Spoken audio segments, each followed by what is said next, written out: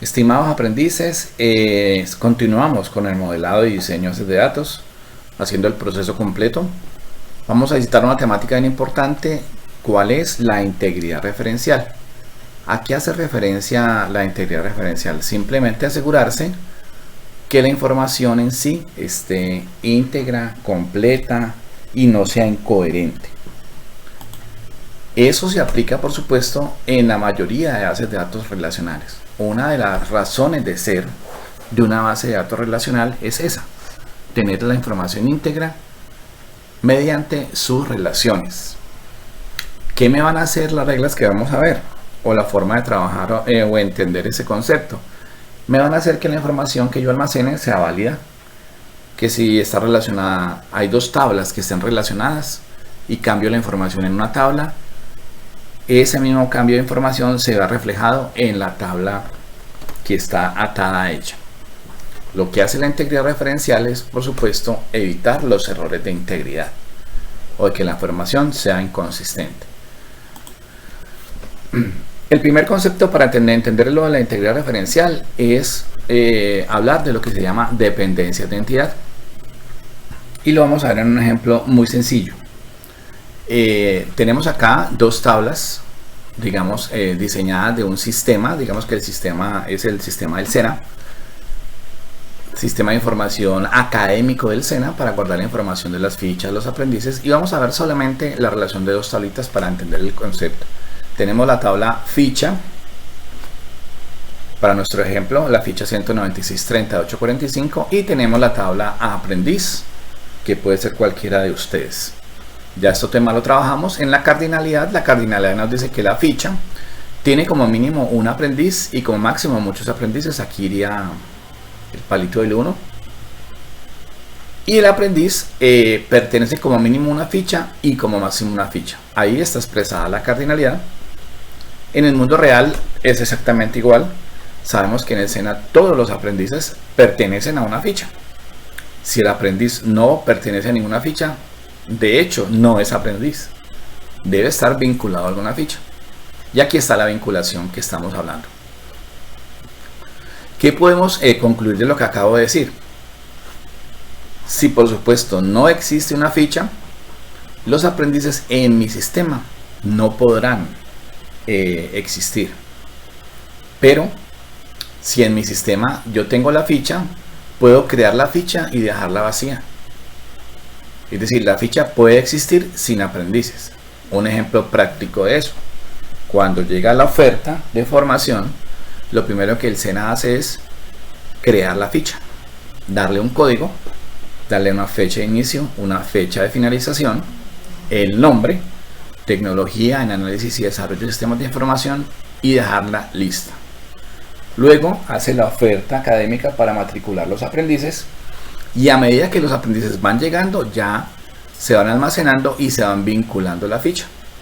Es decir, en mi sistema la ficha puede existir sin tener aprendices, mientras que los aprendices no pueden existir sin estar ligados a la ficha. Concluimos de eso que hay una relación de dependencia entre los dos. Aprendiz depende de ficha, obviamente de acuerdo a mi sistema.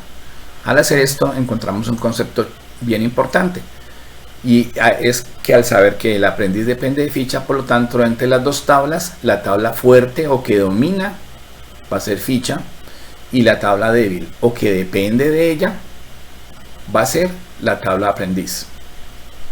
Esto también se lee como tabla débil o tabla subrogada, y en este lado como tabla fuerte o tabla dominante. ¿Cómo se hace esa dependencia de entidad? Una vez que tengamos identificado cuál es la tabla fuerte y cuál es la tabla débil, pues lo que debemos analizar es que cada una de las tablas o entidades tiene obviamente su llave primaria, ID ficha, ID aprendiz, pero ¿cómo ligo las dos? ¿Cómo las uno? ¿Cómo las pego? Esta cardinalidad que ya expresamos en el diseño, ¿cómo la llevo al código? Bueno, para poder lograr esa creación, debo crear el campo que es llave primaria en la tabla fuerte como un campo adicional en la tabla débil. Al poner ese campo allí, he creado una cosa que se llama foreign key o llave foránea, llave externa. Es decir, la tabla débil va a tener dos llaves. La primaria de ella por naturaleza y una foránea que va a ser por la cual voy a unir la débil con la tabla fuerte. Primary key es ID ficha y acá es foránea. Veamos otro ejemplo práctico de el tema de la entidad débil y la entidad fuerte o la dependencia de entidades, que es el tema que estamos revisitando, la dependencia de entidad, con un ejemplo por ejemplo de una veterinaria. Vamos a ver, es una vista parcial, ¿no? Obviamente que habría más entidades, pero lo que nos interesa es entender el concepto. Tengamos por ejemplo una veterinaria donde obviamente hay los clientes de la veterinaria y las mascotas que pertenecen a su cliente. En nuestra veterinaria nos damos cuenta después del análisis y la recolección de información que el cliente puede tener inscrito en nuestra veterinaria como mínimo una mascota y como máximo varias mascotas. Y las mascotas, por supuesto, pertenecen como mínimo solamente a un cliente o dueño y como máximo solamente a un cliente o dueño. Ejemplo, Walter Arias. Y como mascotas tiene un gato, un perro y un pony. Entonces el cliente tiene como mínimo 3 mascotas, pero las 3 mascotas pertenecen a su dueño. Aquí obviamente estamos identificando la entidad fuerte o tabla fuerte y la entidad débil, porque si vamos al análisis, en la veterinaria las mascotas no van a poder ser atendidas si no tienen un dueño. Pero el dueño puede inscribirse, tener la información y luego ir vinculando las mascotas. Es decir, en nuestro sistema podrán existir los clientes sin mascotas, pero las mascotas no podrán existir sin cliente.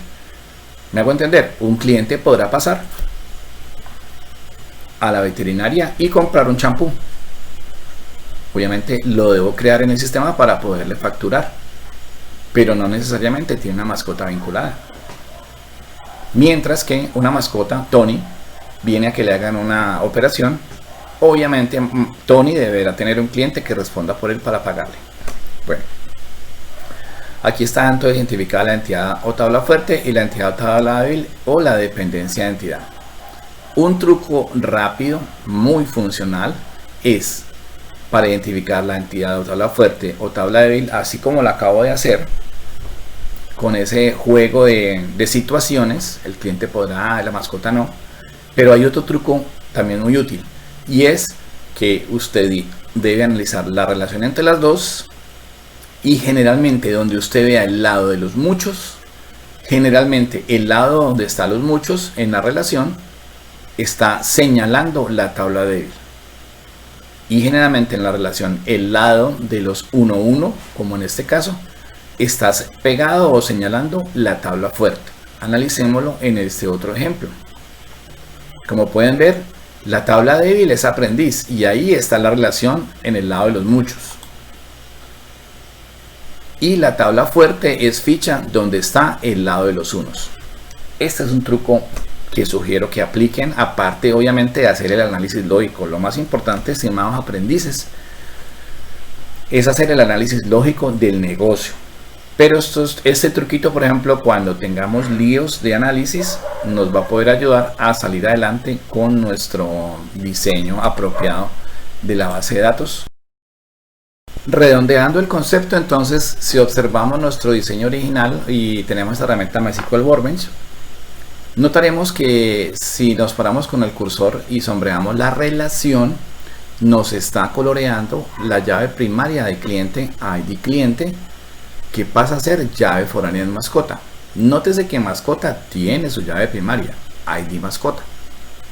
Y para este caso tiene una segunda llave, que es una llave foránea cliente guión de piso ID cliente integer, que es la que está haciendo esa unión.